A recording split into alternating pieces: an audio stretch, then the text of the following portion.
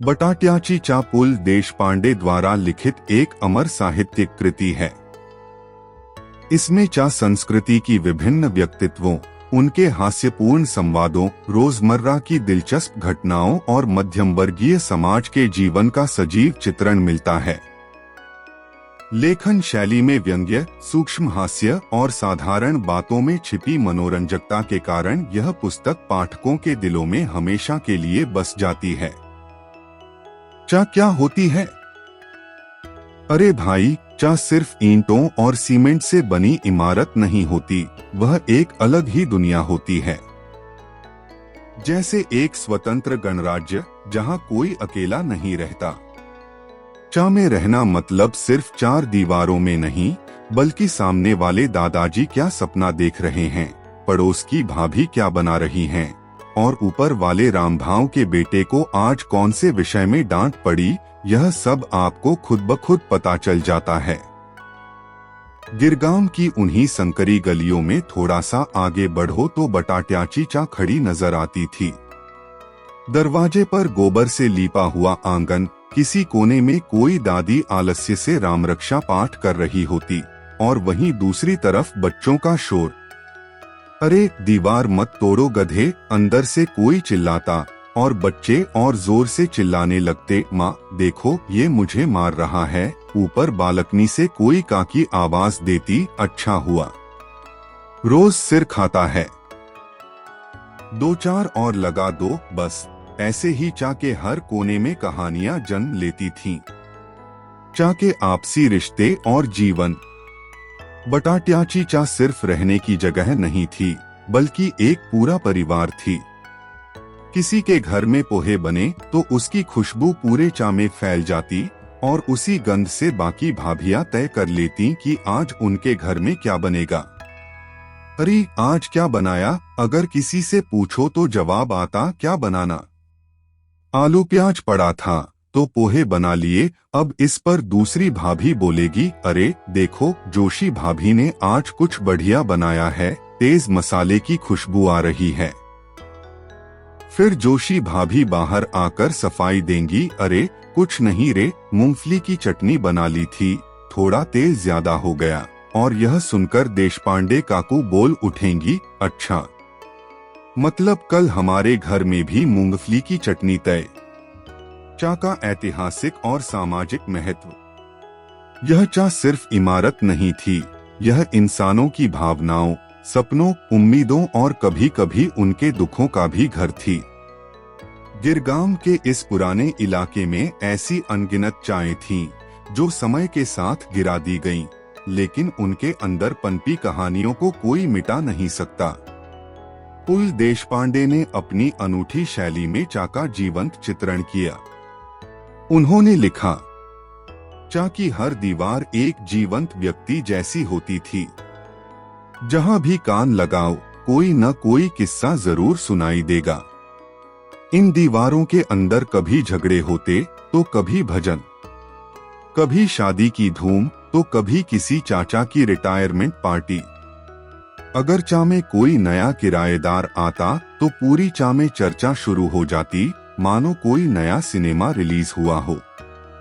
ये नया कौन आया है, यह सवाल सबके मन में होता। फिर कोई अनुभवी पड़ोसी तुरंत विश्लेषण कर देता, लगता है बैंक का क्लर्क है।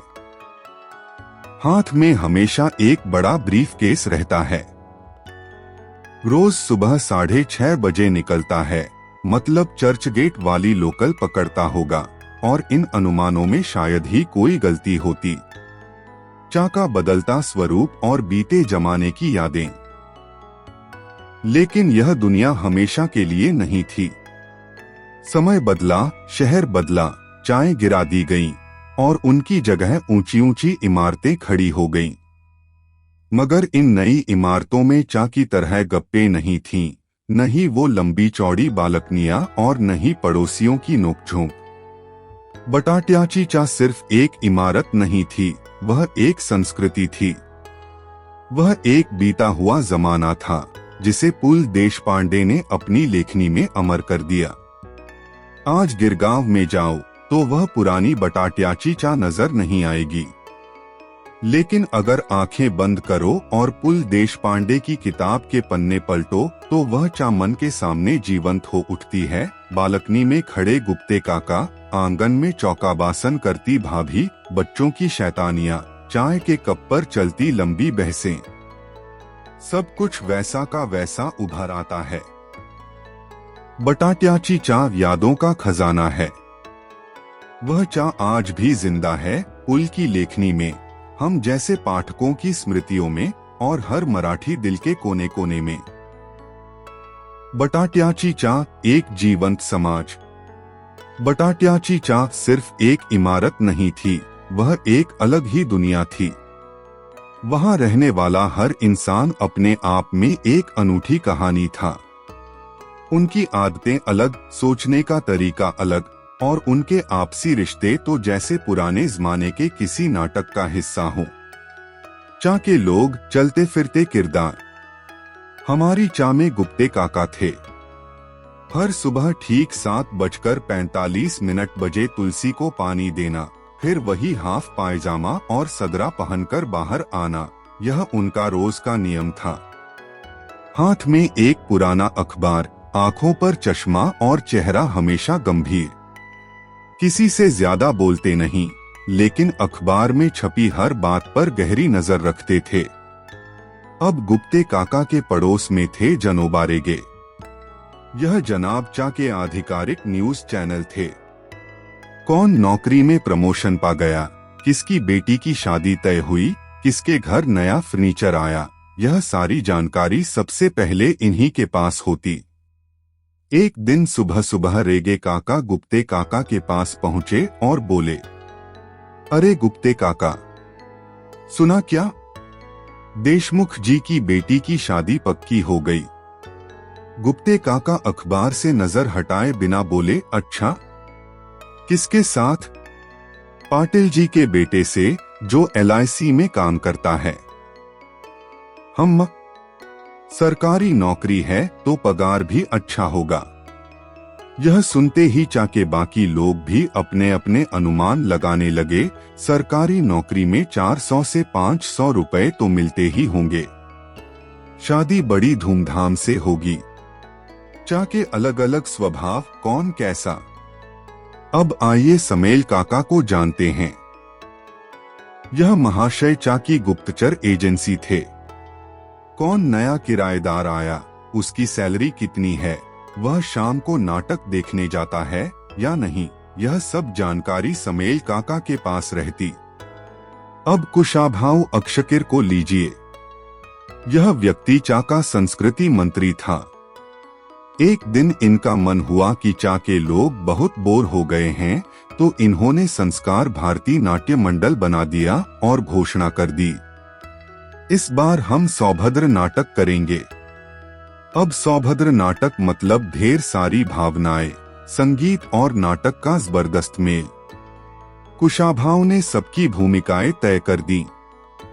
गुप्ते काका, आप सुभद्रा के पिता का रोल करेंगे। अरे बाबा, मुझसे नहीं होगा यह नाटक फाटक। अरे कुछ नहीं करना है, बस 2 डायलॉग बोलने हैं, बेटा तुम्हें वनवास स्वीकार करना होगा। गुप्ते काका जैसे तैसे तैयार हो गए, लेकिन नाटक के दिन उनकी याददाश्त ने धोखा दे दिया। मध्यांतर से पहले ही उन्होंने आखिरी डायलॉग बोल दिया, बेटा तुम्हें वनवास स्वीकार करना होगा। और फिर चा में हंसी का तूफान आ गया। नाटक का तो जो हुआ सो हुआ, लेकिन उसके बाद गुप्ते काका को हमेशा के लिए सुभद्रा के बाबा कहकर ही बुलाया जाने लगा। चा सिर्फ एक मकान नहीं, एक संस्कृति है। चा में कोई लिखित नियम नहीं थे, लेकिन हर चीज के अपने अदृश्य नियम थे। किसी के घर शादी हो तो पूरी चा को पोहे और बटाटेवड़े खिलाना जरूरी था। शाम को किसी के घर चाय बनी तो शेजारियों पड़ोसियों को जरूर पूछना, अरे एक कप ले लो, आज खास अमृत तुल्य चाय बनी है। चा में एक दूसरे की मदद करना आम बात थी। किसी बच्चे को गणित का सवाल समझ में नहीं आया तो देशपांडे काका तुरंत आगे आते। अरे यह सवाल बहुत आसान है। देखो ऐसे हल करो। मतलब एक तरफ हंसी मजाक तो दूसरी तरफ मुश्किल समय में साथ खड़े रहने वाले लोग, यही चा की आत्मा थी। समय बदला, चा बदली। फिर एक दिन चा के लोग धीरे धीरे अलग होने लगे। किसी ने नया घर खरीद लिया, किसी ने बड़ा फ्लैट ले लिया और चा की चहल पहल कम होने लगी। गुप्ते काका, रेगे, समेल काका सब अपनी अपनी दुनिया में चले गए और देखते ही देखते वह चा जो कभी हंसी ठिठोली से गूंजती थी अब सिर्फ यादों में रह गई। लेकिन पुल देशपांडे की लेखनी में वह चा आज भी जिंदा है। जब कोई इसे पढ़ता है तो उसे लगता है, अरे हमारे मोहल्ले में भी ऐसा ही होता था। और उसी पल के लिए बटाट्याची चा फिर से जिंदा हो जाती है। चौल की संरचना और उसकी दिलचस्प बातें। चौल केवल एक इमारत नहीं है, यह एक जीवंत समाज है। इसकी दीवारों के भीतर इतनी कहानियां बसती हैं कि उन पर 100 नहीं बल्कि हजारों उपन्यास लिखे जा सकते हैं। अगर हम मुंबई की चौल की बात कर रहे हैं तो हम एक पूरी संस्कृति की बात कर रहे हैं। चौल एक संरचना है, लेकिन उसमें घटने वाली घटनाओं ने इसे एक महान नाट्यशाला बना दिया है। यह दीवारों में कैद एक कहानी है जो हर दिन नए रंग में लिखी जाती है और फिर भी कभी खत्म नहीं होती। चौल के कमरे, उनकी संरचना और जगह की कमी। आमतौर पर एक चौल में एक मंजिल पर 10-15 कमरे होते हैं और हर कमरे में कम से कम 5 से 6 लोग रहते हैं। एक ही कमरे में घूमने की जगह मिल जाए तो इसे सौभाग्य समझा जाता था। सोने की जगह के लिए हर किसी की अपनी रणनीति होती थी। कोई जमीन पर चटाई बिछाकर सोता, कोई पलंग पर, कोई माजघर के कोने में और कुछ छोटे बच्चों को तो जगह न मिलने के कारण बरामदे में ही सोना पड़ता।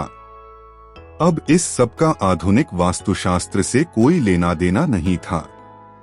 यहाँ लिविंग रूम, डाइनिंग रूम और बेडरूम तीनों एक ही कमरा होते थे।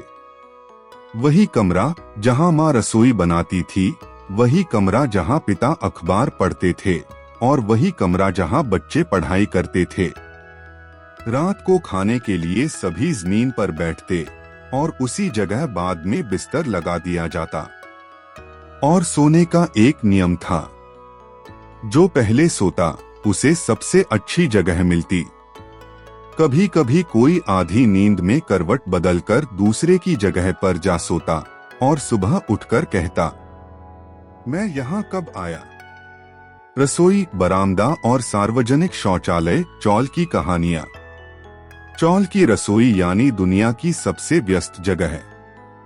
सुबह 6 बजे ही पहला धुआं निकलता और रात 8 बजे तक आखिरी चूल्हा जलता। रसोई में गैस से ज्यादा लोग भरे होते थे। अरे थोड़ा हटो, तवा गर्म है। माँ, मेरा टिफिन पहले बना दो, देर हो रही है। अरे वो प्याज रख दो, सब्जी जल रही है। कुछ घरों में कौन सी सब्जी बनी है यह पूरी गली को सिर्फ महक से ही पता चल जाता। अब बरामदे की बात करें तो वह भी बहुउद्देशीय था।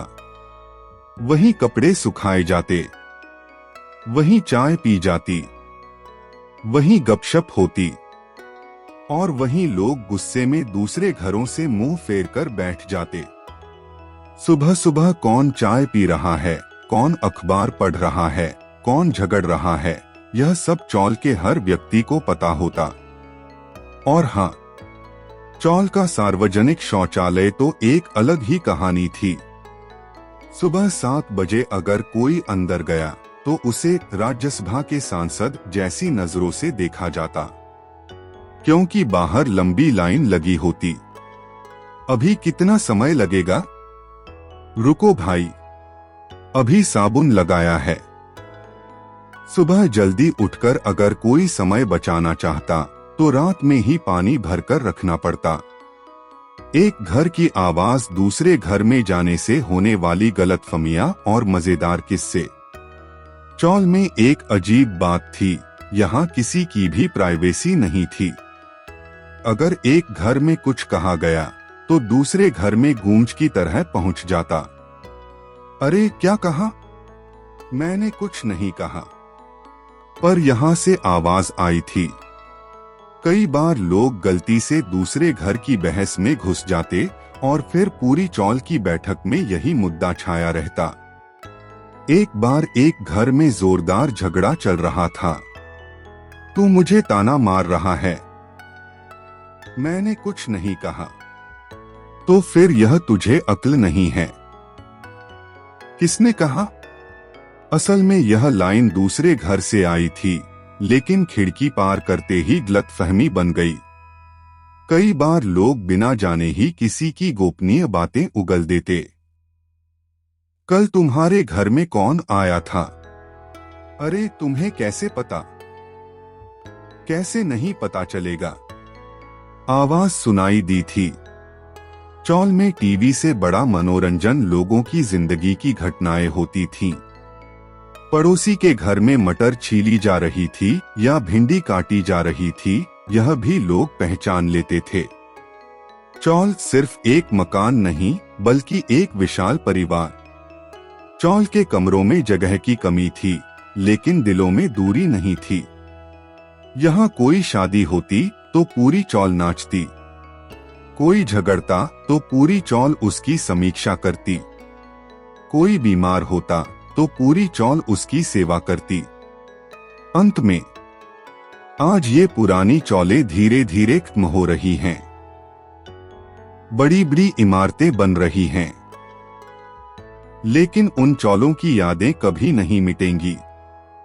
जहां जगह कम थी पर इंसानियत ज्यादा थी। जहां दीवारें पतली थीं, लेकिन दिल जुड़े हुए थे। जहां सार्वजनिक शौचालय थे, लेकिन रिश्ते निजी थे। और इसलिए कहना पड़ता है, चौल केवल एक मकान नहीं है, यह एक कहानी है। और इस कहानी का हर किरदार, इसमें रहने वाला हर इंसान है। द्वारकानाथ गुप्ते, अनुशासन प्रिय व्यक्ति। चौल सिर्फ एक इमारत नहीं होती, बल्कि वह एक जीवंत संस्कृति होती है। इस कथन का जीता जागता उदाहरण थे हमारे द्वारकानाथ गुप्ते। चौल में हर कोई अपनी कोई न कोई खासियत लेकर पैदा होता है, लेकिन गुप्ते काका अनुशासन की जीवंत मूर्ति थे। उनकी जिंदगी में अव्यवस्था का कोई स्थान नहीं था। कोई शोरगुल नहीं करेगा, कोई तय नियमों का उल्लंघन नहीं करेगा, कोई गड़बड़ी नहीं फैलाएगा, यही उनका नियम था। गुप्ते काका का दिनचर्या, अनुशासन सीखना हो तो इनसे सीखो। गुप्ते काका हर दिन सुबह 5 बजे उठते। चाहे रविवार हो या दिवाली, उनके लिए घड़ी के अनुसार चलना ही सबसे महत्वपूर्ण था।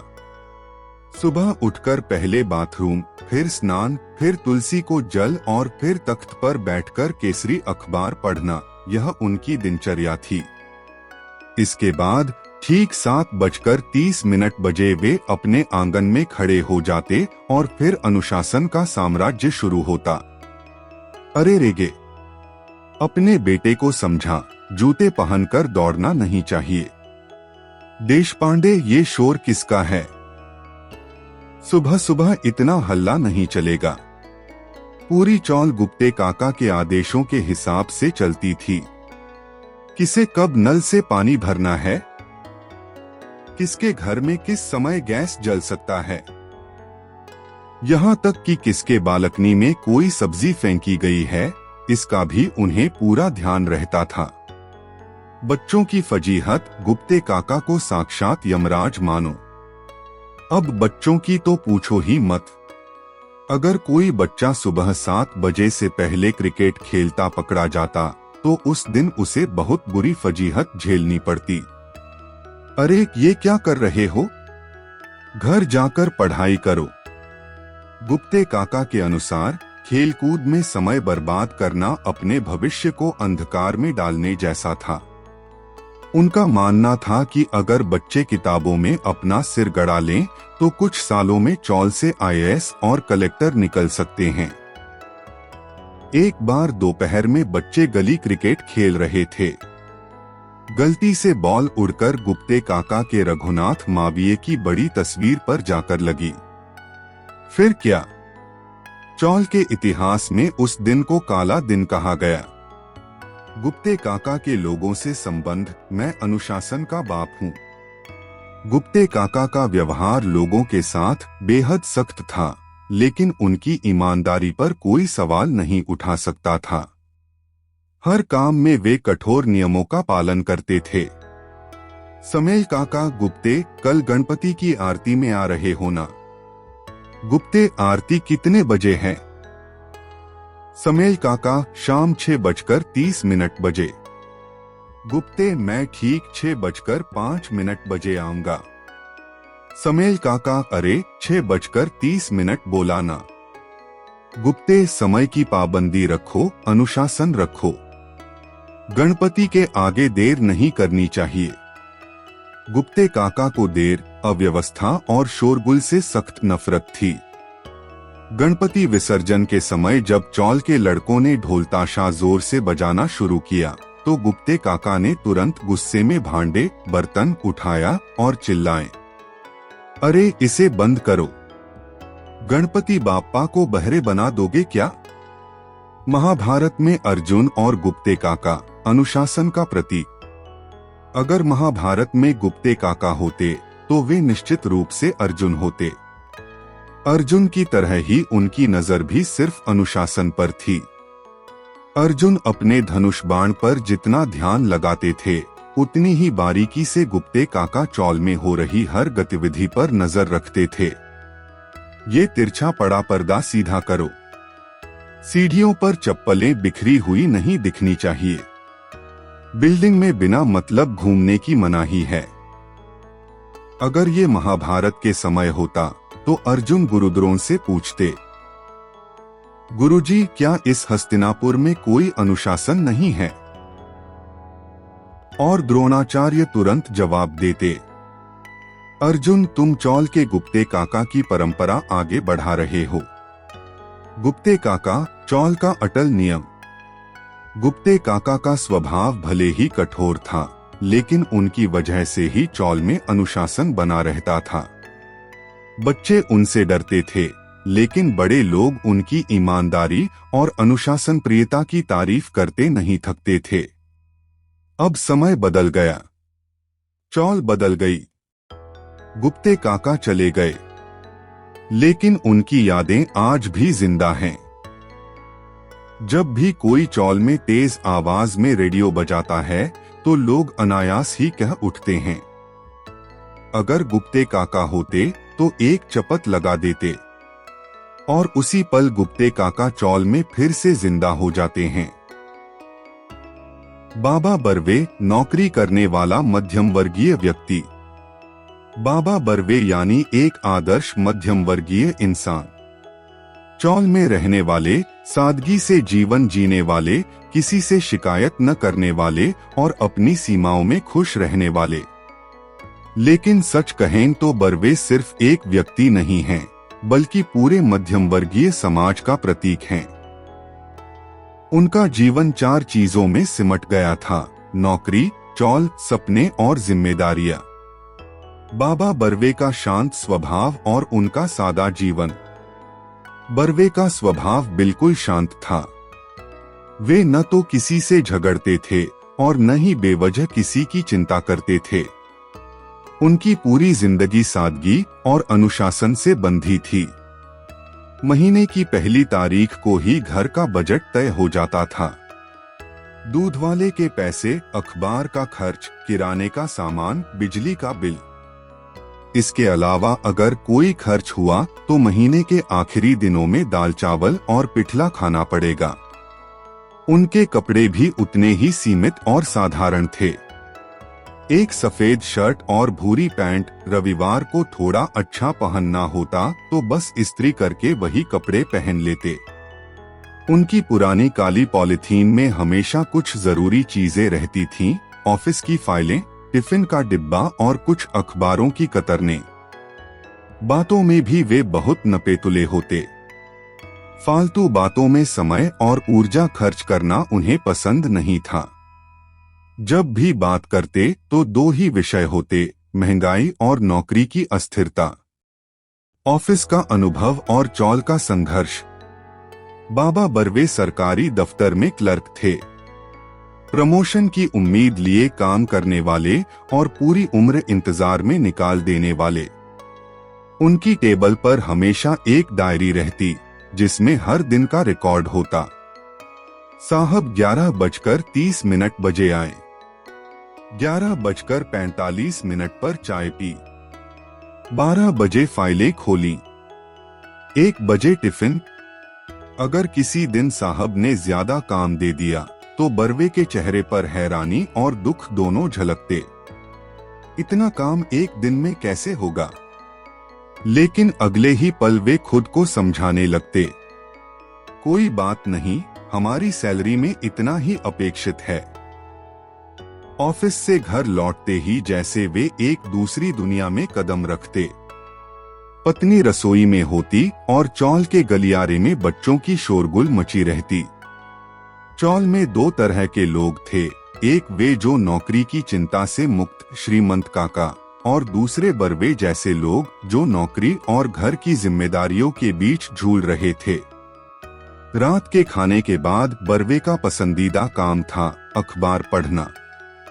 आज क्या नया हुआ, वे खुद से सवाल करते। लेकिन सारी खबरें वही होती, महंगाई बढ़ी, नौकरियों पर संकट, सरकारी नीतियां और मध्यम वर्गीय लोगों को निराश करने वाली घोषणाएं। पेपर पढ़ते पढ़ते वे सोचते, ये सब हमारे लिए ही है, लेकिन हमारे हाथ में कुछ नहीं। मध्यम वर्गीय परिवार की जद्दोजहद बर्वे की नजर से। बर्वे का सबसे बड़ा सपना था अपने बच्चों को अच्छी शिक्षा देना। एक दिन उनका बेटा उनके पास आया और बोला, पापा मुझे नए जूते चाहिए। बर्वे ने मुस्कुराते हुए जवाब दिया, इस बार बोनस मिलेगा तो ले देंगे। लेकिन बोनस कभी भी उतना नहीं होता जितनी जरूरत होती है। पहले से ही कर्ज, पुराने खर्च और जिम्मेदारियां।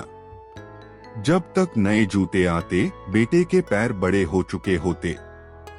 ऐसे हर पल में बर्वे को एहसास होता कि मध्यम वर्गीय इंसान हमेशा भविष्य के सुख की तलाश में दौड़ता रहता है। छुट्टी मिली लेकिन घूमने के लिए पैसे नहीं। सैलरी बढ़ी लेकिन महंगाई उससे ज्यादा बढ़ गई। बोनस मिला लेकिन पुराने कर्ज में चला गया। बर्वे के चेहरे पर हमेशा दो भाव होते, संतोष और अधूरेपन का दर्द। बर्वे की कहानी हर मध्यम वर्गीय इंसान की कहानी है। बर्वे सिर्फ एक नाम नहीं है, बल्कि हर नौकरी पेशा मध्यम वर्गीय व्यक्ति का प्रतिबिंब हैं। वे वह इंसान है जो हर महीने की पहली तारीख को बजट बनाता है, बोनस के पैसों से पहले पुराने कर्ज चुकाता है, टूथपेस्ट खत्म होने पर उसकी ट्यूब को दबाकर 2 दिन और निकाल लेता है, दुकानदार से हमेशा 2 रुपए कम करने की कोशिश करता है, अपने बच्चों के बड़े सपने देखता है लेकिन खुद की इच्छाओं को कुर्बान करता है। अंतिम विचार, बर्वे की कहानी सिर्फ उनकी अपनी नहीं बल्कि लाखों मध्यम वर्गीय परिवारों की कहानी है। सुख बहुत बड़ा होता है लेकिन मध्यम वर्गीय इंसान उसे दूर से ही देखता है। बर्वे सिर्फ एक व्यक्ति नहीं बल्कि एक पूरी पीढ़ी का प्रतिनिधित्व करते हैं। कोचरेकर लगातार भाषण देने वाले सज्जन। हर चौल में एक ज्ञान का महासागर जरूर होता है और हमारी चौल में वह व्यक्ति थे कोचरेकर। कोई भी विषय हो, राजनीति, अर्थशास्त्र, समाजशास्त्र, युद्ध नीति या फिर अमेरिका के राष्ट्रपति की सेहत, कोचरेकर को हर चीज पर बोलना जरूरी लगता था। उनसे मिलना मतलब तेज हवा के झोंके में फंसने जैसा था। आप कहां तक उड़कर जाएंगे, यह आपको खुद भी नहीं पता चलता। चौल के ज्ञान सागर। कोचरेकर चौल के चलते फिरते एनसाइक्लोपीडिया थे। उनके दिमाग में इतनी जानकारी थी कि अगर किसी शोधकर्ता ने उन पर रिसर्च कर लिया होता तो शायद एक मोटी किताब छप जाती। उन्हें देश ही नहीं बल्कि पूरी दुनिया की समस्याओं के हल मालूम थे और वह किसी भी चर्चा को अपने ज्ञान से ओतप्रोत कर देते थे। उनकी बोलने की स्पीड इतनी तेज थी कि श्रोताओं को बीच में बस हाँ, अच्छा, सही कहा जैसे शब्द ही घुसाने का मौका मिलता था। भारत की अर्थव्यवस्था बर्बाद हो रही है। शेयर बाजार एक बहुत बड़ा धोखा है। रूस और अमेरिका का तीसरा विश्व युद्ध जल्द ही होगा। उनकी बातों में सिर्फ सूचनाएं ही नहीं होती थीं, बल्कि भविष्यवाणियां भी होती थीं। और जिस आत्मविश्वास से वह बोलते थे, उसे देखकर किसी को भी लगता, अरे यह सच में होने वाला है। बातचीत में राजनीति, समाज और विदेशी मुद्दों की भरमार। कोचरेकर की खासियत यह थी कि उनकी चर्चाएं हमेशा इंटरनेशनल लेवल की होती थीं। जब बाकी लोग महंगाई, सब्जियों के दाम या किसी फिल्म अभिनेत्री की नई मूवी पर चर्चा करते थे, तब कोचरेकर सीधे यूरोपीय यूनियन की नीतियों पर विचार विमर्श करते मिलते थे। देखो भाई, रूस का पुतिन और अमेरिका का बाइडेन गुप्त समझौते कर रहे हैं। याद रखना, 2 साल में चीन दुनिया पर राज करेगा। अब यह सुनकर चौल के रामू काका मुंह खोलते, पर चीन को इसमें फायदा क्या होगा? बस यह एक सवाल ही काफी था और कोचरेकर का भाषण शुरू। देखो भाई, तुम्हें पता है 1949 में चीन में क्या हुआ था? अब 1949 में क्या हुआ था यह किसी को मालूम नहीं होता था। लेकिन यह मान लेना कि हमें नहीं पता, मतलब अपनी अज्ञानता साबित करना। इसलिए कोई कुछ बोलता ही नहीं। लोग उन्हें टालने की कोशिश करते, लेकिन वह हर जगह अपनी टांग अड़ा देते। कोचरेकर ऐसे बवंडर थे जो किसी भी वक्त किसी भी जगह प्रकट हो सकते थे। उन्हें टालना लगभग असंभव था। चौल में कहीं भी चले जाओ, वह किसी न किसी कोने से आपको पकड़ ही लेते थे। सुबह चाय की दुकान पर, यह चाय इतनी गर्म क्यों है? अगर इसी तरह गर्म चाय पीते रहे तो आने वाली पीढ़ियों में गैस्ट्रिक की समस्या बढ़ जाएगी। किराने की दुकान पर, यह चावल देखो। तुम्हें पता है इस चावल का इंटरनेशनल मार्केट में क्या रेट चल रहा है? रात में गलियारे में, अगर भारत को महाशक्ति बनना है तो हमें कम से कम 50 साल और मेहनत करनी होगी। लोग कितनी भी कोशिश करें, लेकिन कोचरेकर का ज्ञान किसी न किसी तरह उनके कानों में पड़ ही जाता था। कोचरेकर का निष्कर्ष, उन्हें सब कुछ आता था। कोचरेकर के अनुसार पंडित नेहरू ने देश को खड़ा किया, इंदिरा गांधी ने तूफान ला दिया और बाकी सभी ने केवल गड़बड़ की। उनका यह भी मानना था कि अगर उन्हें सत्ता मिलती तो वह देश को सिर्फ 10 साल में सुधार देते। भारत में कुछ भी ठीक नहीं चल रहा। अगर मुझे प्रधानमंत्री बना दिया जाता तो मैं हर समस्या का हल निकाल देता। उनका हर भाषण इसी नतीजे पर खत्म होता था और बाकी लोग जो अभी तक ध्यान से सुन रहे होते, धीरे धीरे एक दूसरे को देखते और वहां से खिसकने लगते। आखिरी विचार। कोचरेकर भारतीय चौल संस्कृति के एक अनमोल रत्न थे। वह हर वक्त बोलते रहते थे, लेकिन उन्हें सुनने वाले लोग धीरे धीरे कम होते गए। आज भी अगर आप चौल में चले जाएं और गलती से उनकी तरफ मुड़ जाएं, तो वह आपको रूस की नीतियों से लेकर 1975 की इमरजेंसी तक किसी भी विषय पर एक लंबा भाषण सुना सकते हैं। कभी कभी लगता है ऐसे कोचरेकर जैसे लोग न हो तो चौल की असली मजा ही खत्म हो जाएगी। काशीनाथ नाडकर्णी, संगीत के प्रेम में डूबे हुए व्यक्ति। हमारी चाल में काशीनाथ नाडकर्णी का मतलब चलता फिरता संगीत का झरना, और ऐसा झरना जो कब बहना शुरू हुआ, कहाँ जाकर खत्म होगा और किसके कानों में टकराएगा, ये खुद भगवान को भी नहीं पता। सुबह हो, दोपहर हो या फिर शांत संध्या, नाडकर्णी जी के घर से हमेशा सारे गम पधनी की ध्वनियां गूंजती रहती। जैसे कोई महिला नल से पानी भरते हुए चाल के हर कोने तक पानी ले जाए, वैसे ही उनके संगीत के सुर भी चाल की हर गली में अपनी जगह बना लेते थे। नाडकर्णी और उनका शास्त्रीय संगीत प्रेम। नाडकर्णी जी को उनकी नौकरी से भी ज्यादा और अपनी पत्नी से भी ज्यादा प्रेम संगीत से था। उनका पूरा जीवन गंधार, पंचम और निषाद के सुरों पर टिका था। इसलिए अगर कोई चाल का व्यक्ति जरा बेसुरा गाने लगे तो नाडकर्णी जी उसे ऐसे देखते मानो उसने किसी राग का नहीं बल्कि उनके अस्तित्व का अपमान कर दिया हो। ये गाना गा रहे हैं या घर गिरने की चेतावनी दे रहे हैं? ये सुनकर तानसेन भी समाधि तोड़कर उठ बैठते। ऐसी टिप्पणियां सुनकर लोग चुप हो जाते, मगर मन में कहते, नाडकर्णी काका मतलब चलती फिरती ऑल इंडिया रेडियो। उनके खास दोस्त गवाणकर तो हमेशा कहते, नाडकर्णी के घर से जब भी संगीत की ध्वनि आती है, समझ लो कि पूरी चाल को दिन भर रियाज झेलना पड़ेगा। उनकी संगीत सभा और चाल का रिएक्शन। नाडकर्णी जी हर रविवार अपने घर में संगीत सभा आयोजित करते। अब इसमें श्रोता आए या ना आए, नाडकर्णी जी खुद ही गायक भी थे और श्रोता भी। पहले कुछ चाल वालों ने इसे गंभीरता से लिया, मगर पहले ही कार्यक्रम में नाडकर्णी जी ने तबला बजाते बजाते जोशी काका की खिड़की के शीशे तोड़ दिए। तब से श्रोताओं की संख्या तेजी से घटने लगी। धीरे धीरे चाल के लोग सभा शुरू होते ही उनके घर के रास्ते से बचकर निकलने लगे।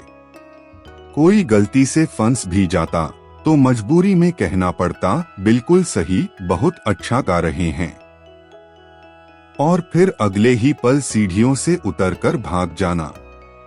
मगर नाडकर्णी जी को इन सब चीजों से कोई फर्क नहीं पड़ता था, बल्कि वे और भी जोश में गंधार की ऊंचाइयां चढ़ते जाते थे। चाल वालों ने संगीत सीखने की कोशिश और उसकी मजेदार कहानी। एक बार गवाणकर के बेटे ने सोचा, क्यों न हम भी नाडकर्णी काका से संगीत सीखें। जब उसने अपने पिता को ये बात बताई तो उन्होंने अपना माथा पकड़ लिया। बेटा, अगर अपनी छुट्टियां बर्बाद करनी हैं तो सड़क पर चीनी डालकर चींटियों को देखते रहो, लेकिन नाडकर्णी से संगीत सीखने की मत सोचो। मगर बेटा अपनी जिद पर अड़ा रहा और नाडकर्णी जी के पास सीखने चला गया। पहले ही दिन नाडकर्णी जी ने तबला, हारमोनियम और संपूर्ण संगीत शास्त्र पर 1.5 घंटे का प्रवचन दे डाला। फिर उन्होंने पूछा, क्या सीखना है संगीत? लड़का भी कम नहीं था, हाँ सीखना है। नाडकर्णी जी तुरंत बोले, तो ठीक है, कल से रोज सुबह 5 बजे आना। अब नाडकर्णी जी को तो नहीं पता था, लेकिन गवाणकर के घर वालों को पक्का पता था कि ये लड़का कल सुबह 5 बजे नहीं बल्कि तब सोने जाएगा। अगले दिन सुबह 5 बजे गवाणकर का बेटा तकिए में मुंह गाड़े हुए गहरी नींद में था और नाडकर्णी जी अपनी खिड़की से बाहर देखते हुए बुदबुदा रहे थे, आता ही होगा, बस आता ही होगा। मगर वो कभी नहीं आया। नाडकर्णी एक अमर संगीत साधक। आज भी नाडकर्णी जी का संगीत जारी है। चाल के लोग चाहे सुनना चाहें या न चाहें, उन्हें सुनना ही पड़ता है। अगर कोई गलती से उनकी कला पर सवाल उठाए तो नाडकर्णी जी पूरी गंभीरता से कहते, इस देश में शास्त्रीय संगीत का भविष्य अंधकार में है। और चाल के बाकी लोग मन ही मन सोचते, चाहे अंधेरा हो या उजाला, लेकिन नाडकर्णी काका का संगीत हमारे कानों में पड़ता ही रहेगा। जानोबा रेगे, हंगामा मचाने वाले उत्साही गृहस्थ। चौल में रहने का असली मतलब क्या होता है? अगर यह किसी से सीखना हो तो वह है जानोबा रेगे। सुबह से रात तक चौल में होने वाली हर घटना में खुद को आगे रखना, यह उनका जन्मसिद्ध अधिकार था। लेकिन मजे की बात यह थी कि वह जितने जोश से पहल करते, उससे दोगुना हंगामा खड़ा हो जाता। जानोबा और उनकी अनियंत्रित पहल, चाहे गणपति उत्सव हो, सोसाइटी की बैठक हो या बस चौल में पानी की किल्लत हो, यह मैं देख लूंगा कहकर जानोबा तुरंत बीच में कूद पड़ते। चौल में हर शाम पतंगबाजी की प्रतियोगिता होती थी। एक दिन किसी ने सुझाव दिया, इस बार बड़े स्तर पर आयोजन करें। बस जानोबा को मौका मिल गया। वाह, यह तो बेहतरीन विचार है। अब इस प्रतियोगिता की पूरी जिम्मेदारी मेरी। 2 दिन बाद जानोबा ने अपने नए नियम लागू कर दिए। पहले ग्रुप के लोग स्टेज पर बैठकर पतंग उड़ाएंगे, दूसरे ग्रुप को आजादी होगी और तीसरे ग्रुप के लोग सीटी बजाएंगे। अब यह पतंगबाजी थी या कोई नाटक, किसी को कुछ समझ नहीं आया। और फिर प्रतियोगिता के दिन हुआ यह कि स्टेज पर बैठे एक व्यक्ति ने मांझा लपेटते एक महिला के कमरे में पतंग घुसा दी और पूरी चौल में हंगामा मच गया। यह सब जानोबा की वजह से हुआ। लोगों ने उनकी जमकर खिंचाई की। जानोबा की अनावश्यक पहल और उससे होने वाला हंगामा। एक बार चौल के रामभाव को 10 दिनों के लिए गांव जाना था। उन्होंने यूं ही पूछ लिया, मेरी गैरमौजूदगी में मेरे घर का ध्यान कौन रखेगा? जानोबा तुरंत बोले, यह काम मुझ पर छोड़ दो। और अगले 10 दिनों में रामभाव के घर आने वाली चिट्ठियां, अखबार, राशन और दूध, सब कुछ जानोबा के घर में जमा हो गया। जब रामभाव लौटे तो देखा कि उनकी पत्नी गुस्से में चिट्ठियों का ढेर उलट-पलट कर पढ़ रही थी। रामभाव हैरान होकर, अरे इतनी सारी चिट्ठियां कहां से आईं? पत्नी यह पूछना हो तो अपने जानोबा मित्र से पूछो। जानोबा ने बड़े आराम से सफाई दी, मैंने आपके घर का अच्छी तरह ख्याल रखा, यहाँ तक कि आपका दूध भी बर्बाद नहीं होने दिया। रोज सुबह मैं ही पी लेता था। रामभाव भड़क गए, तो मेरे कुत्ते का क्या हुआ? जानोबा गंभीर हो गए। उस बेचारे को भी दूध पसंद नहीं आया तो उसके बिस्किट मैं खा लेता था। चौल में झगड़े और जानोबा की वजह से बने हास्यास्पद हालात। जहां जानोबा होते वहां शांति की उम्मीद रखना बिल्कुल बेकार था। पानी का झगड़ा, यह सब गलत हो रहा है। जानोबा बालकनी से चिल्लाने लगे। लोग पूछने लगे, पर क्या गलत हो रहा है? जानोबा, यह अभी तय नहीं हुआ, लेकिन गलत तो जरूर है। गणपति विसर्जन। विसर्जन शुरू हुआ तो सबसे आगे जानोबा, ढोल ताशा बजाने वाले पीछे। मैं जुलूस की अगुवाई करूंगा। और लोग चिल्लाने लगे, तो फिर मूर्ति कौन उठाएगा? सोसाइटी के पैसों का हिसाब। जानोबा ने कोषाध्यक्ष को घेर लिया और लोगों को पता चला कि 200 रुपए गायब हैं। जानोबा ने तुरंत सवाल उठाया, यह 200 रुपए कहाँ गए? कोषाध्यक्ष बोला, आपने ही कल कहा था कि गुलाब जामुन लाना। जानोबा, ओह तो ऐसा हुआ। कोई बात नहीं, मैं खुद जांच करूंगा कि वे अच्छे थे या नहीं। जानोबा, चौल के स्थायी हंगामा प्रेमी। आज भी जानोबा वही हैं। लोग उनसे बचने की कोशिश करते हैं, लेकिन जानोबा से बचना मुंबई की ट्रैफिक से बचने जैसा है, नामुमकिन। किसी ने एक बार कहा, अब चौल के कार्यक्रम शांति से संपन्न होने चाहिए। जानोबा झट से खड़े हो गए, मुझे यह मंजूर नहीं। क्योंकि चौल और जानोबा, यह एक स्थायी समीकरण है और हंगामे के बिना चौल बिना कटिंग वाली चाय की तरह अधूरी है। 9. समेल काका अनुभवी और हाजिर जवाब व्यक्ति। समेल काका मतलब पूरी चौल का चलता फिरता ज्ञानकोश। वो बुजुर्ग थे, अनुभवी थे और सबसे बड़ी बात उनकी जुबान कभी नहीं रुकती थी। उनकी बातें ऐसी होती थीं कि जैसे खुद पंचतंत्र की कहानियां इंसानी रूप में चौल में रहने आ गई हों। समेल काका की सीख एक मजेदार ज्ञानकोश। समेल काका ने खुद को चौल का आधिकारिक सलाहकार बना लिया था। कोई भी उनसे कुछ पूछे, जवाब तुरंत हाजिर। और जवाब सुनकर लोगों की हालत ऐसी हो जाती। ये सलाह थी या कोई नई मुसीबत? एक बार रामू काका आए और बोले, काका ब्लड प्रेशर बढ़ रहा है, कोई उपाय बताइए। समेल काका कुर्सी पर थोड़ा आगे झुके और गंभीर आवाज में बोले, देखो या तो डॉक्टर के पास जाओ या फिर मेरा उपाय सुनो। रामू काका ने सिर हिलाया, बताइए उपाय क्या है? काका बोले, सुबह 2 बार जोर से हंसो, रात को खाने के बाद 4 गालियां दो और किसी भी झगड़े में बेवजह मत पड़ो। रामू काका चौंक गए। गालियां देने से ब्लड प्रेशर कम होगा? काका गर्व से बोले, हाँ, मैं रोज देता हूं। देखो 85 साल का हो गया, फिर भी जिंदा हूं।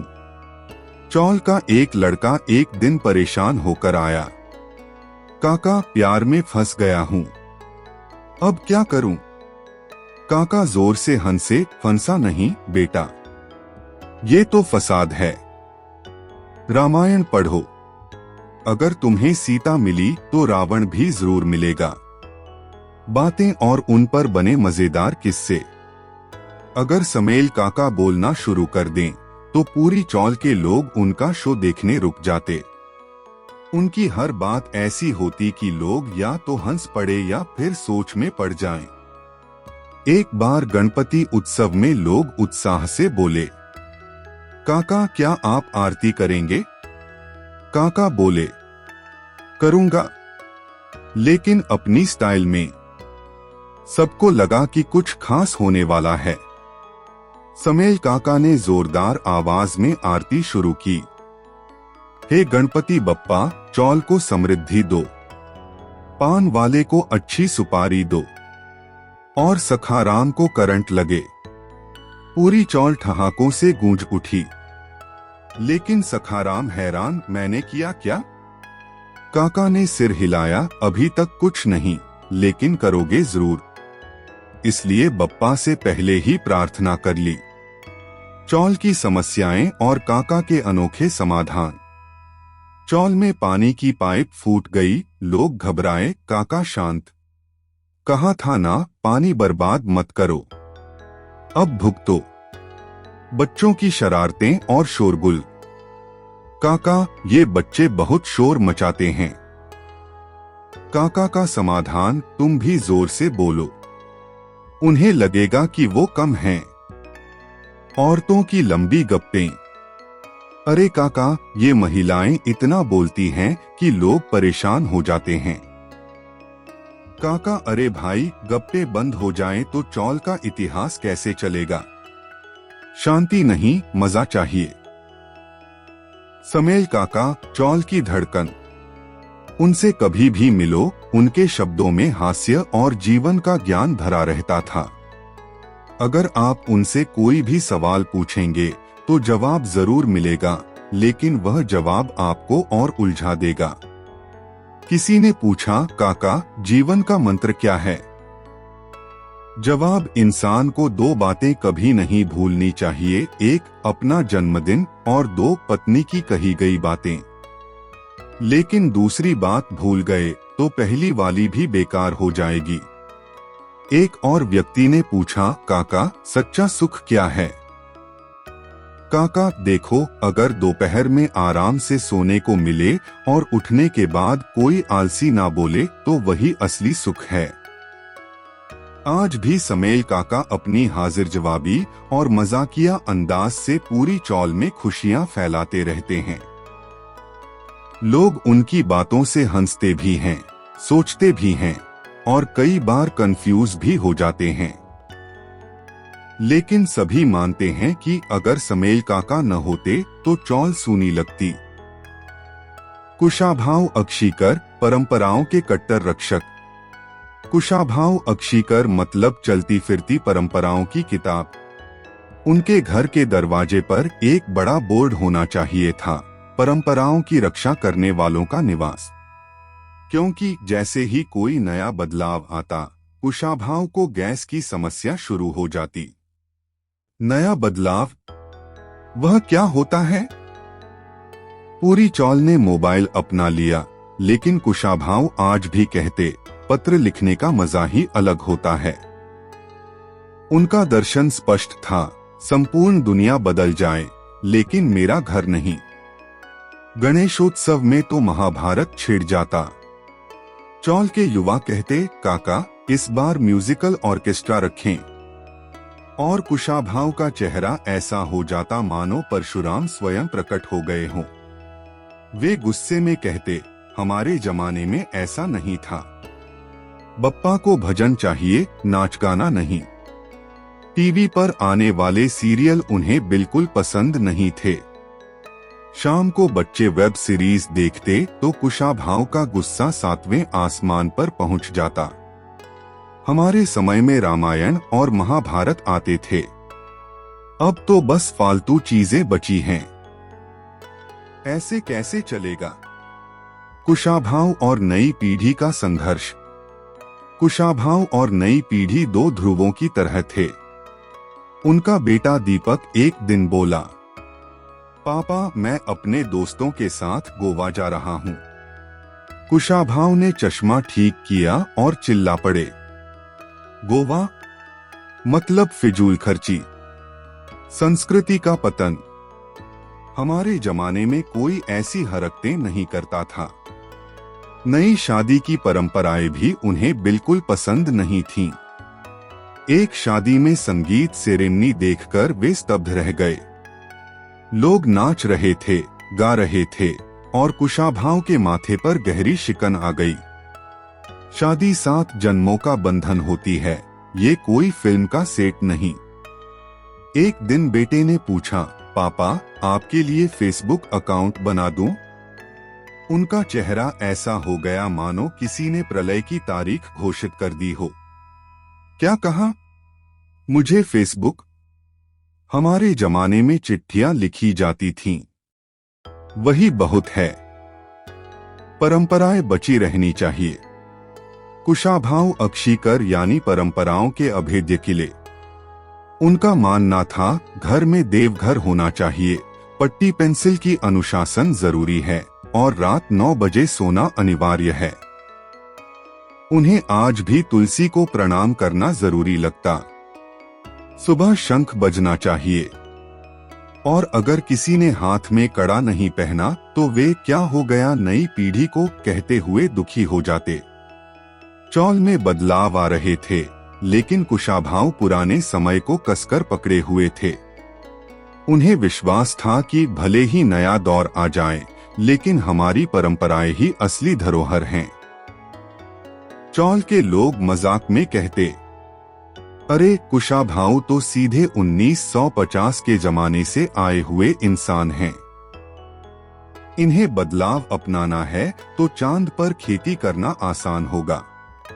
लेकिन चौल के लोग यह भी जानते थे, अगर कुशाभाऊ न होते तो पुरानी परंपराओं की मिठास भी खो जाती। रघुनाना सोमन चौल का रहस्यमय आदमी। चौल में हर इंसान की एक अलग पहचान होती है, लेकिन रघुनाना सोमन, यह आदमी तो जैसे कोई पहेली था। न तो किसी से बातें करता, न किसी के घर आता जाता। फिर भी चौल में होने वाली हर घटना पर उसकी पैनी नजर रहती। लोगों को पूरा यकीन था यह आदमी जरूर कोई बड़ा राज छुपा रहा है। आखिर करता क्या है यह? चौल वालों की उत्सुकता। रघुनाना सोमन एक छोटे से कमरे में अकेले रहते थे। दिन भर शांति। रात को धीमी आवाज में रेडियो चलता रहता। कभी किताबों में डूबे रहते तो कभी छत की ओर टकटकी लगाए देखते रहते। चौल वालों के दिमाग में एक ही सवाल, आखिर यह आदमी करता क्या है। पड़ोसी जानोबा रेगे ने एक बार फुसफुसाते हुए कहा, रात में इनके कमरे से हल्की हल्की बातें सुनाई देती हैं। जरूर कोई रहस्यमय काम करते हैं। और फिर चौल में अटकलों का तूफान। क्या यह कोई जासूस है या फिर कोई लेखक। शाम होते ही जब लोग गली के कोने पर जमा होते तो एक नया मुद्दा जरूर उठता, रघुनाना आखिर कौन है। इस पर कुशाभाऊ अक्षीकर अपना चश्मा ठीक करते हुए बोलते, भाई यह बड़े लोग होते हैं, इनकी समझ हमारी समझ से ऊपर की चीज है। अफवाहें और रहस्य। रघुनाना के बारे में अफवाहें ऐसी फैली कि लोगों ने उनके कमरे में कोई गुप्त दरवाजा होने तक की कल्पना कर ली। किसी ने कहा रात में वह किसी वैज्ञानिक प्रयोग में लगे रहते हैं, तो किसी ने कहा हमेशा लाइट जलती रहती है, कहीं भूत प्रेत से जुड़े तो नहीं। एक दिन रमनिया लोनकर ने बताया, कल रात मैंने उनकी खिड़की से झांका, वह दीवार पर कुछ अजीब सी आकृतियां बना रहे थे। बस। फिर क्या था। चौल में हड़कंप मच गया, यह आदमी कुछ तो छुपा रहा है। शांत स्वभाव और गहरे रिश्ते। लेकिन मजे की बात यह थी कि इस पूरे हंगामे के बावजूद रघुनाना सभी को अपनेपन का एहसास दिलाते थे। वह जरूरत से ज्यादा बातें नहीं करते थे, लेकिन जब किसी को उनकी जरूरत होती वह बिना बोले मदद के लिए आगे बढ़ जाते। गणपति उत्सव में जब किसी का काम अटक जाता तो वह चुपचाप उसे पूरा कर देते। किसी के बच्चे की पढ़ाई में दिक्कत हो तो अपनी किताबें दे देते। और जब कोई बड़ी मुश्किल में होता तो उनकी शांत आवाज में एक भरोसा झलकता, चिंता मत करो, सब ठीक हो जाएगा। यानी वह बोलते कम थे, लेकिन उनका असर गहरा था। रहस्य उजागर हुआ।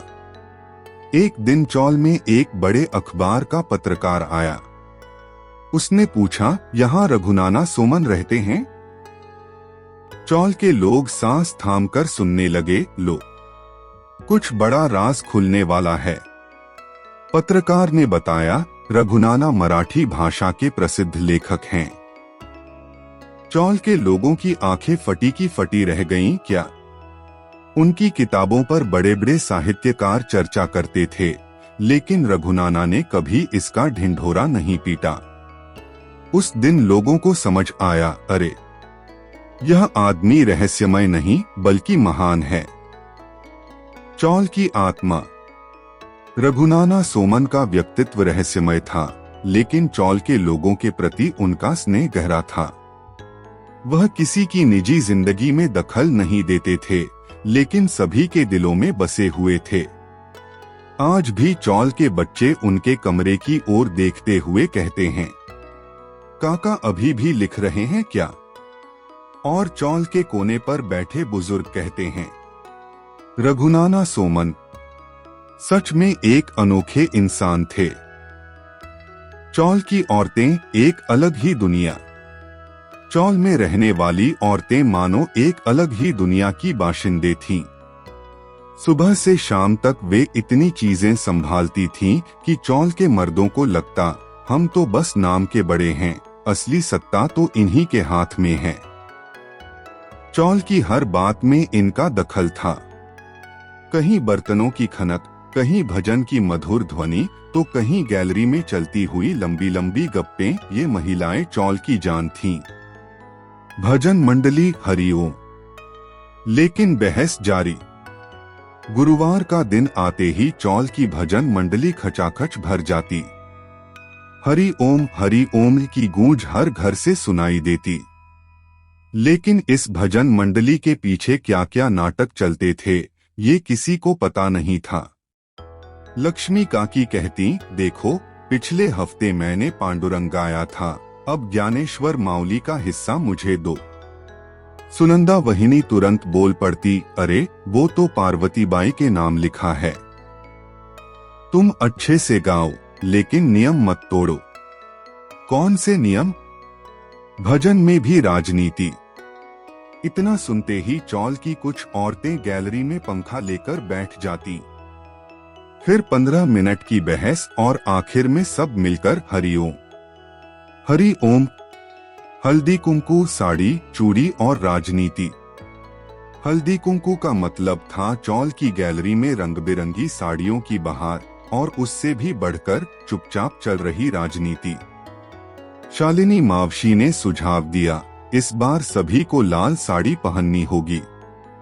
लेकिन पार्वतीबाई तुरंत विरोध में आ गईं, मेरे पास तो गुलाबी है, अब मैं क्या करूं?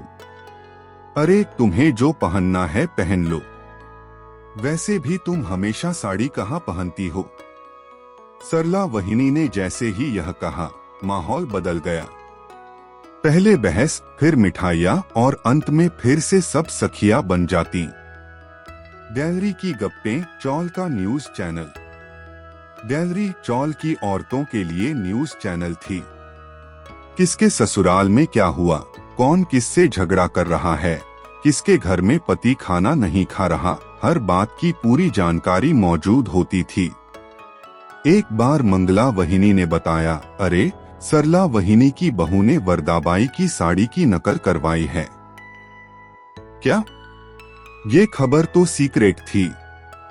अब हल्दी कुंकू के दिन बड़ा तमाशा देखने को मिलेगा। इस तरह की बातें चौल में कभी बोरियत नहीं आने देती थीं।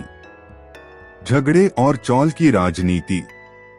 और हाँ, अगर दो औरतों में झगड़ा हुआ तो चौल की राजनीति नई दिशा ले लेती थी। सुबह सुबह सब्जी लाते वक्त सरला वहिनी और सुनंदा वहिनी की बहस छिड़ गई। तुम्हारे बेटे ने हमारी खिड़की पर क्रिकेट की बॉल क्यों मारी?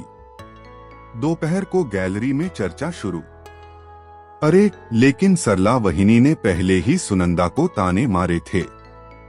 शाम को चौल के मर्द घर आते ही, अरे घर में झगड़ा हो गया, अब अपनी माँ को समझा। और रात में चाय पियो और भूल जाओ। औरतों की जिंदगी, अलग कहानियां, अलग संघर्ष। चौल की ये महिलाएं सिर्फ गप्पे और हल्दी कुंकू तक सीमित नहीं थीं, बल्कि उन्होंने अपने संघर्षों से बड़े बड़े तूफानों का सामना किया था। मंगला वहिनी ने पति की बीमारी के बावजूद घर संभाला। सुमतीबाई की बेटी पहली बार कॉलेज गई, वह परिवार की पहली ग्रेजुएट बनी। सरला वहिनी ने सास बहू के झगड़ों को बड़े समझदारी से सुलझाया। उनकी हंसी के पीछे कई अनकही कहानियां थीं, मगर उन्होंने कभी हार नहीं मानी। चौल की असली जान औरतें। ये औरतें ही चौल की संस्कृति का असली केंद्र थीं। चाहे भजन हो, हल्दी कुंकू हो, झगड़े हो या संघर्ष, वे हर जगह मौजूद थीं। और अगर ये न होती तो चौल चौल नहीं बल्कि सिर्फ ईंट पत्थर का ढांचा होती। आज भी अगर किसी पुरानी चौल के गली से गुजरें तो किसी गैलरी से हंसी की आवाज आएगी, कहीं हल्दी कुंकू की हलचल सुनाई देगी और किसी कोने से धीरे से कोई कहेगा, अरे ये नया क्या हो रहा है? क्योंकि चौल की औरतें कभी सिर्फ घरों में नहीं रहीं, वे चौल की धड़कन थीं। चौल के बच्चे, धमाल और अफरा तफरी। बचपन की सबसे बड़ी खासियत होती है उसकी बेलगाम मस्ती। और अगर वह बचपन मुंबई की किसी पुरानी चौल में बीता हो तो फिर कहना ही क्या। यहाँ बच्चे खेलने के लिए किसी पार्क या मैदान के मोहताज नहीं होते। पूरी चौल ही उनका अखाड़ा होती है। सीढ़ियाँ, गलियारे, छतें, बरामदे, हर जगह उनकी धमाचौकड़ी मची रहती है।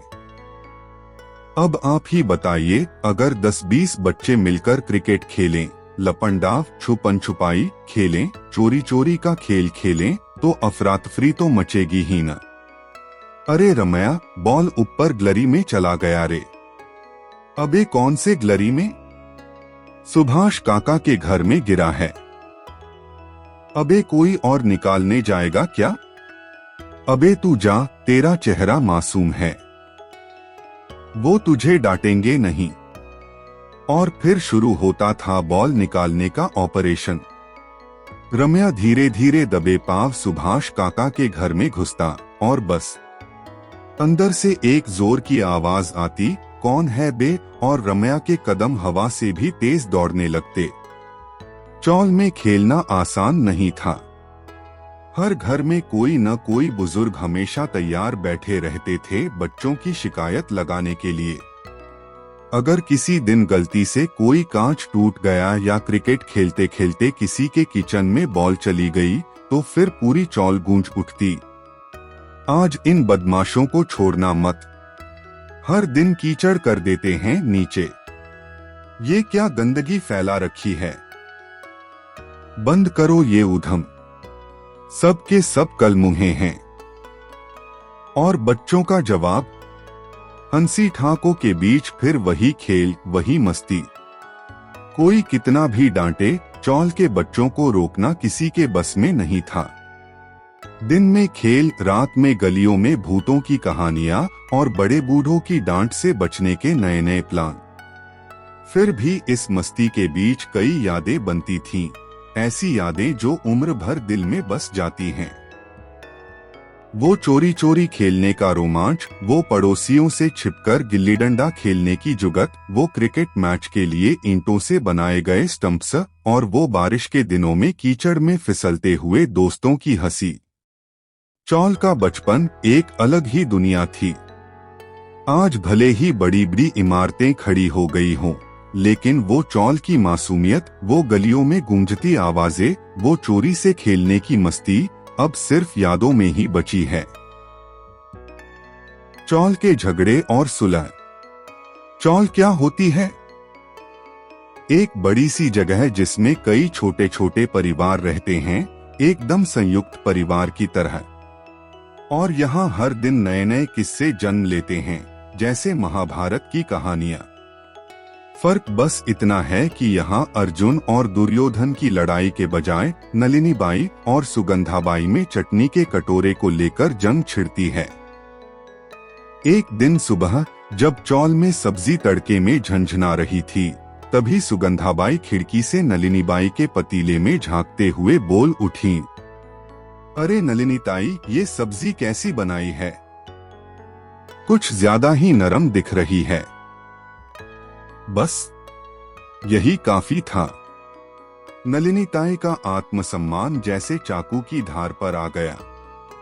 उन्होंने कड़छी घुमाते हुए जवाब दिया, नरम नहीं है, अच्छे से पकी हुई है। तुम्हारे जैसे सूखी सूखी सब्जी नहीं बनाते हम। इतना सुनते ही मामला गर्मा गया। देखते ही देखते चौल में यह चर्चा छिड़ गई कि सब्जी कैसी बनानी चाहिए, कितना नमक डालना चाहिए, गुड़ डाले या नहीं, आलू को छीलकर डाले या छिलके सहित। बहस इतनी बढ़ गई कि महाभारत का युद्ध भी फीका लगे। झगड़े सिर्फ किचन तक सीमित रहते हैं क्या? अरे नहीं, चौल में कौन सा बल्ब देर तक जलता है, किसके घर में रोज रेडियो पर बिना का गीतमाला बजता है, किसके बच्चे पढ़ाई कर रहे हैं या क्रिकेट खेल रहे हैं, हर छोटी बात पर जंग छिड़ जाती है। और मजे की बात यह है कि इन झगड़ों के गवाह होते हैं गैलरी में बैठे बुजुर्ग। अरे भाई, अब ये नया झगड़ा किस बात पर शुरू हुआ? गणपतराव पूछते हैं। कल की चटनी आज ज्यादा तीखी लग रही है, इसी पर बापूराव आंखें चौड़ी करके जवाब देते हैं। अरे चटनी पर नहीं, लड़ाई तो सब्जी पर हुई थी, पटवर्धन काका तुरंत सुधार करते हैं। लेकिन मजा तो तब आता है जब यही लोग लड़ाई के बाद मिलकर समस्या का हल निकालते हैं। कभी किसी के घर की छत टपकती है, कभी किसी को पैसों की जरूरत पड़ती है, तो कभी कोई मुश्किल में फंस जाता है। तब यही चौल सारे झगड़ों को भुलाकर एक परिवार बन जाती है। शाम को जब सब गैलरी में बैठकर चाय कॉफी पीते हैं तो सुबह की लड़ाई पर खुद ही हंसते हैं। नलिनी बाई और सुगंधा बाई एक ही प्लेट में भजिया खाते हैं और गणपतराव हंसकर बोलते हैं, देखो न, चटनी के झगड़े ने आखिर सबको और करीब ला दिया ना। और पूरी चौल हंसते हुए बोल उठती है, अरे चौल के झगड़ों में भी अपनापन ही तो होता है। त्योहार और उत्सव, चौल के आनंद के पल। चौल में त्योहार सिर्फ एक परंपरा नहीं होते, बल्कि वो एक बड़ा क्रांतिकारी आंदोलन होते हैं। आम दिनों में लोग तू तू मैं करते हुए भले ही लड़ते रहें, लेकिन जैसे ही कोई त्योहार आता है वैसे ही सबके अंदर का अपनापन जाग उठता है। गणपति बप्पा के आते ही सबसे पहला झगड़ा शुरू हो जाता है, गणपति को किसके दरवाजे के सामने बिठाया जाए।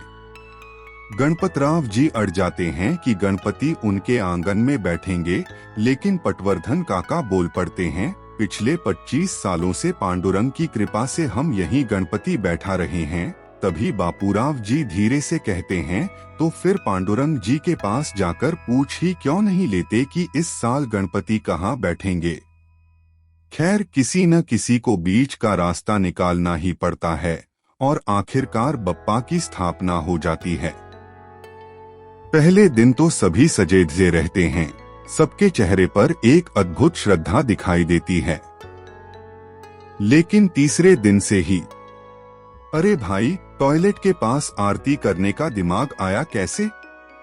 सुगंधा बाई इतनी जोर से ताली क्यों बजा रही हैं? कान के पर्दे फट जाएंगे। सोनार बाई का बेटा आरती गा रहा है या परीक्षा की कोई कविता याद कर रहा है। ऐसी छोटी मोटी तकरार के बिना भला त्योहार पूरा कैसे होगा। दिवाली आते ही चौल का पूरा माहौल बदल जाता है। हर घर से पकवानों की खुशबू आने लगती है। जब गणपतराव जी के घर से शंकरपाले, मिठाई की खुशबू आने लगती है तो बापूराव अपनी नाक ऊपर उठाते हुए कहते हैं, हम इस बार थोड़ी ज्यादा चीनी डाल दी लगती है। और गणपतराव जी तुरंत जवाब देते हैं, अरे मिठाई में चीनी थोड़ी ज्यादा हो जाए तो चलेगा, लेकिन किसी के बोलने में मिठास होनी चाहिए। होली आते ही चौल का माहौल पूरी तरह से युद्धभूमि में बदल जाता है। कौन किस पर रंग डालेगा, कौन सबसे ज्यादा भीगने वाला है, और सबसे महत्वपूर्ण पहला रंग किसे लगाया जाएगा। हर साल नलिनी ताई और सुगंधा बाई के बीच इस बात पर जबरदस्त बहस होती है कि पहले रंग कौन लगाएगा। त्योहारों में पुरानी और नई परंपराएं एक दूसरे से टकराती हैं। एक तरफ भजन मंडली की कीर्तन चलती रहती है तो दूसरी तरफ बच्चे मोबाइल स्पीकर पर डीजे बजाते हैं। गणपति विसर्जन के समय जब पूरा माहौल गणपति बप्पा मोरिया की गूंज से भर जाता है, तभी पटवर्धन काका चिल्लाते हैं, अरे भैया, डीजे की आवाज कम करो। शाम को भजन संध्या भी है। लेकिन आखिर में त्योहार का असली मकसद पूरा हो ही जाता है। सभी लोग एक साथ आते हैं, हंसते हैं, झगड़ते हैं और त्योहार के अंत में पुरानी लड़ाइयां भूलकर फिर से चौल को एक परिवार बना देते हैं। फिर चाहे गणपतराव हो, बापूराव हो, नलिनी ताई या सुगंधा बाई, विसर्जन के समय सब मिलकर खुशी खुशी कहते हैं, अगले साल जल्दी आना, और अगली तकरार की तैयारी शुरू हो जाती है। आर्थिक संघर्ष और मध्यम वर्गीय जीवन शैली। चौल में रहने वाले लोगों का अर्थशास्त्र भी एक अनोखी कहानी है। उनके लिए महीना शुरू होना मतलब जैसे पांडवों का वनवास शुरू हो गया हो। पहले हफ्ते में राजयोग, दूसरे हफ्ते में धर्मयोग, तीसरे हफ्ते में कर्मयोग और चौथे हफ्ते में सीधा निर्वाण योग। गणपत बाबू के हर महीने के पहले 4 दिन राजसी ठाट में गुजरते हैं।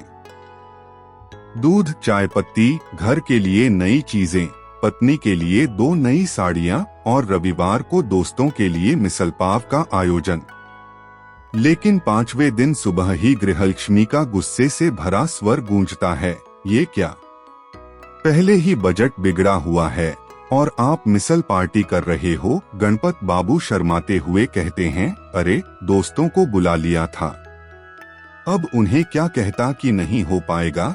लेकिन उनकी पत्नी का गुस्सा तो जैसे महाभारत के युद्ध घोष की तरह गरजता है। तीसरे हफ्ते में स्थिति और भी गंभीर हो जाती है। तब किराने की दुकान वाले केलकर काका को देखते ही गणपत बाबू गली बदल लेते हैं। लेकिन अगर किस्मत खराब हुई तो सामने ही केलकर काका खड़े मिल जाते हैं। गणपत बाबू शर्माते हुए कहते हैं, केलकर काका कल मिलते हैं। और केलकर काका मुस्कुराते हुए जवाब देते हैं, अरे हमने भी आपको कल ही मिलने का सोचा था। अब महीने का चौथा हफ्ता तो अलग ही कहानी होती है। जेब में जो चंद पैसे बचे होते हैं वो उधार लेने के बारे में सोचते हैं। फिर शुरू होता है महाभारत, किस दोस्त के पास जाया जाए, कुंती के दरवाजे पर या युधिष्ठिर के पास। और उधार मांगते समय तयशुदा डायलॉग, अरे बस 2 दिन की बात है, सैलरी आते ही लौटा दूंगा। लेकिन वह 2 दिन कभी कभी 2 महीने बन जाते हैं और फिर उधार देने वाला ही परेशानी में आ जाता है। गहने गिरवी रखने का विषय आते ही चौल में अजीब सा सन्नाटा छा जाता है। जब कोई आदमी सुनार की दुकान पर अपनी अंगूठी रखता है तो उसके मन में विचार चलते हैं, ये मेरी पत्नी को दी गई पहली भेंट थी। लेकिन अब हालात ऐसे हैं। और फिर खुद को समझाता है, अरे ये तो अर्जुन के गांडीव की तरह है। अर्जुन ने भी युद्ध में अपना धनुष छोड़ने की सोची थी, मैं तो बस अंगूठी रख रहा हूँ। लेकिन इन सारी मुश्किलों के बावजूद चौल का आदमी मुस्कुराता रहता है। उसकी हंसी की कीमत कोई नहीं लगा सकता। वह मिसल पाव का आनंद लेता है, देर से आए वेतन के लिए साहब को कोसता है और रविवार शाम फिर दोस्तों के साथ कट्टे पर बैठकर चाय पीते हुए कहता है, अबे इस महीने तू मेरी मदद करेगा क्या? और दोस्त हंसते हुए जवाब देता है, अरे भाई मैं भी तेरी तरह निर्वाण योग में हूँ। और फिर दोनों खुलकर हंसते हैं, क्योंकि उन्हें पता होता है ये चक्र फिर से घूमेगा, फिर यही होगा और उन्हें इसका रत्ती भर भी अफसोस नहीं। चौल के एक निवासी की डायरी, यादों का खजाना। 25 मार्च 1975, यह तारीख आज भी मेरी यादों में ताजा है। उस दिन पहली बार हमारी चौल की महिलाएं गुलाब जामुन बनाने की कोशिश कर रही थीं और पूरी चौल में उसकी सुगंध फैल गई थी। सच कहूँ तो उसे गुलाब जामुन हादसा कहना ज्यादा सही रहेगा। उस दिन पहली बार चौल के पुरुषों को समझ में आया कि मिठाई खाने से ज्यादा मुश्किल उसे बनाना होता है। मेरी डायरी एक जीवंत इतिहास है। इसमें चौल के लोगों की कहानियां, उनकी रोजमर्रा की परेशानियां, छोटे बड़े संघर्ष और जीते दर्द हैं। साथ ही इसमें यह भी है कि कैसे मुंबई के बदलावों का असर हमारी चौल पर पड़ा। पहले हमारी चौल की अलग ही रौनक थी। सुबह सुबह महिलाएं दरवाजे के सामने रंगोली बनाती थीं, पानी के घड़े रखते हुए आपस में गप्पे लगाती थीं। तभी कोई आवाज लगाता, मुक्ता तेरी साड़ी बाहर सुखा दी है। और फिर उस साड़ी की डिजाइन, कीमत और दुकान पर एक लंबी चर्चा शुरू हो जाती। लेकिन अब सबके हाथ में मोबाइल होता है और वे देखते रहते हैं कि किसने व्हाट्सएप स्टेटस अपडेट किया है। चौल में हर इंसान का अलग अंदाज था। जैसे हमारे बोरकर मास्टर, जो खुद को नियमों का रखवाला मानते थे। एक दिन उन्होंने एक नया नियम बना दिया, रात 10 बजे के बाद गैलरी में जोर से कोई नहीं बोलेगा। लेकिन उसी रात उनकी पत्नी ने तेज आवाज में कहा, अपनी मास्टरी की सख्ती पहले घर में लाओ। और बेचारे मास्टर साहब चुपचाप अपने नियमों के साथ अकेले बैठ गए। मेरी डायरी में चौल के कुछ ऐतिहासिक पल भी दर्ज हैं। 1992 का गणपति विसर्जन। उस दिन बर्वे काका ने इतना जोरदार नाच किया था कि वह चौल की सबसे यादगार घटनाओं में दर्ज हो गया। लेकिन वे इतने जोश में कि अगले ही दिन उन्हें हड्डी के आयुर्वेदिक डॉक्टर के पास जाना पड़ा। जैसे जैसे मुंबई बदली वैसे वैसे हमारी चौल भी बदल गई। पहले पड़ोसियों का रिश्ता पांडव और श्री कृष्ण जैसा था, अटूट। लेकिन अब लोग गेट टुगेदर करने की प्लानिंग करते हैं और खुद ही उसमें नहीं पहुंचते। पहले सभी एक दूसरे के घरों में जाकर खाना खाते थे, अब सब अपने अपने घरों में ऑनलाइन खाना ऑर्डर करके खाते हैं। लेकिन इन सब बदलावों के बावजूद एक चीज अब भी वैसी ही है, चौल की आत्मा। आज भी यहाँ बच्चे अचार के मर्तबान में हाथ डाल देते हैं। आज भी जब कोई नई साड़ी पहनता है तो सब औरतें उसकी तारीफ करती हैं। आज भी कोई रात को जोर से आवाज लगाता है, चलो चावड़ी में मिलते हैं, ताश का खेल लगाना है। मुंबई बदल गई, लोग बदल गए, लेकिन चौल की खुशबू अब भी वही है। और इसलिए मेरी डायरी में हर दिन कुछ न कुछ नया लिखा जाता है। कभी बर्वे काका की नई शरारतों की कहानी, कभी जोशी बाई के झगड़ों की, और कभी उन मीठी यादों की जो हर उस इंसान के दिल में बसी होती हैं, जिसने चौल में अपना बचपन जिया हो। चौल संस्कृति का पतन, बदलती दुनिया। बर्वे काका, आपका क्या फैसला हुआ? मैंने पूछा। किस बारे में? उन्होंने अखबार नीचे रखते हुए चश्मा ठीक किया। यह चौल तोड़कर नई बिल्डिंग बनाने की बात चल रही है ना? बर्वे काका ने गहरी सांस ली। हाँ, अब चौल नहीं रहेगी, टावर बनेगा। 2-3 BHK के कोनों में रहने वाले लोग समझ भी पाएंगे क्या कि चौल का मतलब क्या होता है। हाँ, चौल धीरे धीरे खत्म हो रही है। पुरानी पीढ़ी की आंखों के सामने यह बदलाव हो रहा है। एक एक परिवार नई बिल्डिंग में जा रहा है, लेकिन वे पीछे क्या छोड़ रहे हैं, इसका उन्हें भी अंदाजा नहीं। याद कीजिए वे दिन जब शाम को चौल में हलचल मची रहती थी। किसी घर में खाना बन रहा होता, बाहर बच्चे खेल रहे होते, गैलरी में कोई हाथ में कटिंग चाय लेकर अखबार पढ़ रहा होता, और फिर अचानक किसी घर से आवाज आती, बर्वे काका, चीनी खत्म हो गई, जरा 2 चम्मच दे देंगे? अब 2 BHK के फ्लैट में कौन किससे कुछ पूछेगा? हर कोई अपने दरवाजे के पीछे कैद। मुंबई बदली, लोग बदले, और चौल भी बदल गई। पहले बच्चे चौल की सीढ़ियों पर बैठकर पढ़ाई करते थे, अब हर किसी को अपनी अलग स्टडी रूम चाहिए। पहले आंगन में दिवाली के मौके पर मिठाइयाँ बांटी जाती थीं, अब सोसाइटी के व्हाट्सएप ग्रुप में शुभकामनाएं भेज दी जाती हैं। चौल सिर्फ एक इमारत नहीं थी, वह एक संस्कृति थी। यहाँ लोगों ने एक दूसरे के जन्म, विवाह, मौत, कर्ज, आर्थिक संघर्ष, हंसी खुशी, हर भावना को साथ जिया। लेकिन अब नई इमारत में किसी को यह तक नहीं पता कि उसके पड़ोस में कौन रहता है। बर्वे काका ने खिड़की से बाहर देखा और मुस्कुराकर बोले, बेटा, पहले हम नल की लाइन में खड़े होकर गप्पे मारते थे, अब लोग व्हाट्सएप पर गुड मॉर्निंग का स्टिकर भेजकर फुर्सत पा जाते हैं। यह बदलाव अटल है। एक समय था जब महाभारत के युद्ध के बाद अर्जुन को भी एहसास हुआ था कि उसने अपना बहुत कुछ खो दिया है। उसने अपनी जिम्मेदारियां निभाई, लेकिन अंत में अकेला रह गया। कुछ ऐसा ही अब पुरानी चौल के बाशिंदों को भी महसूस हो रहा होगा। अब बर्वे काका अपने बेटे के साथ नई टावर में शिफ्ट हो रहे हैं। बड़ा flat, AC, lift, security guard, सब कुछ है वहाँ। लेकिन उन दीवारों में चौल की पत्थर की सीढ़ियों, कट्टे की बैठकों, बालकनी में शाम की बैठकों का इतिहास नहीं है। काका, क्या आप इस सब को मिस करेंगे? मैंने पूछा।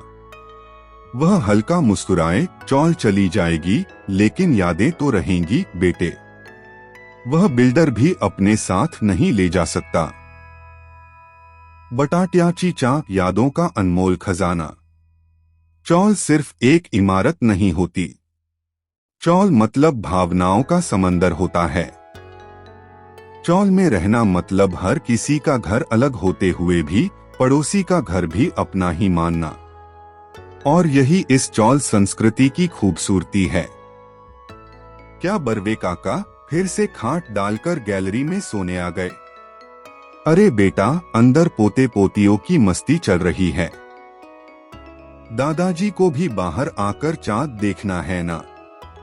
यह जो गैलरी थी वह चौल के लोगों के लिए संयुक्त परिवार का हॉल होती थी। चाय पीनी हो, कोई नई गॉसिप सुननी हो, किसी की बेटी के लिए रिश्ता आया या नहीं ये जानना हो, सब कुछ यहीं होता था। बटाट्याची चा सिर्फ एक चौल नहीं थी। यह हंसते रोते, झगड़ते और फिर से गले मिलने वाले लोगों की जीवंत दुनिया थी। कोई मिरजकर साहब शाम को पोतदार जी को शतरंज खेलने बुलाते तो कोई नार्वेकर की खिड़की से चिल्लाकर पूछता, सिर्फ हल्दी डालकर दूध पीना चाहिए या नहीं। इस पर बहस शुरू हो जाती। त्योहारों के समय चौल का माहौल एक मेले जैसा बन जाता था। गणपति आते ही हर किसी का घर भगवान का मंदिर बन जाता। बुजुर्गों के हाथों में नारियल, औरतें आरती के लिए फूल लाती और बच्चे वे तो गणपति की शोभा यात्रा शुरू होने से पहले ही अलग अलग नारे लगाकर धमाल मचा देते। बर्वे काका नमस्कार, आप यहाँ नई बिल्डिंग में रहने आ गए। चौल कब छोड़ी? छोड़ दी बेटा, लेकिन आज भी जब बालकनी में खड़ा होता हूँ तो लगता है कि पड़ोस वाली काकू कभी भी आवाज देकर पूछेंगी, अहो जरा धनिया दे सकते हैं? बर्वे काका का दिल अब भी उसी गैलरी में अटका हुआ है।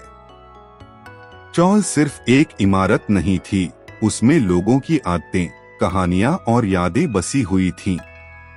वे यादें अब किताब के पन्नों में जिंदा रहेंगी। शायद आज भी किसी पुराने कपाट के नीचे किसी ने यह किताब सहेज कर रखी होगी, क्योंकि उसमें उसकी बचपन की महक जो बंद है। निष्कर्ष, बटाट्याची चा हमें क्या सिखाती है? बटाट्याची चा केवल एक हास्यथा नहीं है, बल्कि यह एक सामाजिक दस्तावेज है।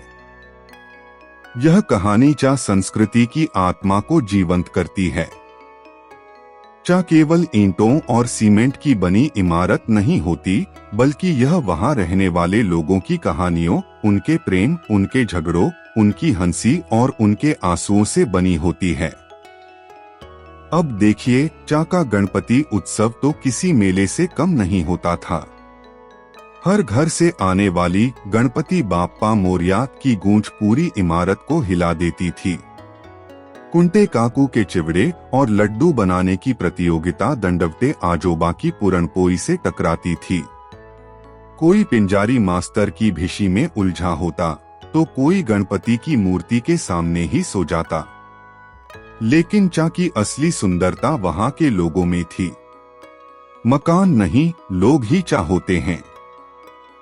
अगर दो परिवारों में झगड़ा हो जाए तो तीसरे दिन बर्वे काकू दूर से ही कहती, अरे आज दोपहर को हमारे घर में पिठला भाकरी बनी है, आइए न खाने, और फिर न चाहते हुए भी झगड़े भूल जाते। यह चा, ये लोग, ये संवाद, यही हमारी संस्कृति है। आज जैसे जैसे ये चाय गिर रही हैं, वैसे ही उनकी यादों को नया घर मिल रहा है। कुल देशपांडे की लेखनी में उन्होंने सिर्फ चा की दीवारें ही नहीं, बल्कि उन दीवारों के भीतर रहने वाले इंसानों को भी जीवंत बना दिया।